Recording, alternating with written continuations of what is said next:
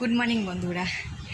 তো এতক্ষণে একটু নিশ্চিন্ত হলাম, মানে এতক্ষণ যে ঝড় গেল না, মানে কি বলবো, আর এতক্ষণ একটু নিশ্চিন্ত হয়ে বসলাম।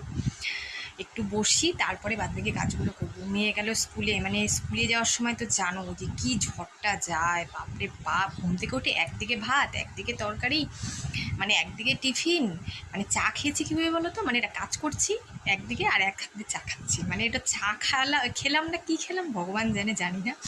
যাই হোক, এইভাবে যুদ্ধ করে মেয়েকে স্কুলে পাঠালাম। আমাদের দাদাভাই গেল কাজে।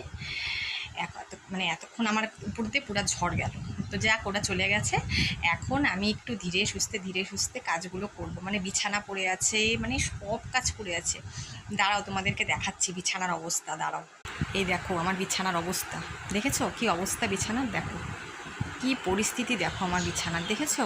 এখন এগুলো সব গোছাবো, তারপরে বাদবাকি কাজ। তো এগুলো গুছিয়ে নিই, তারপরে বাদবাকি কাজগুলো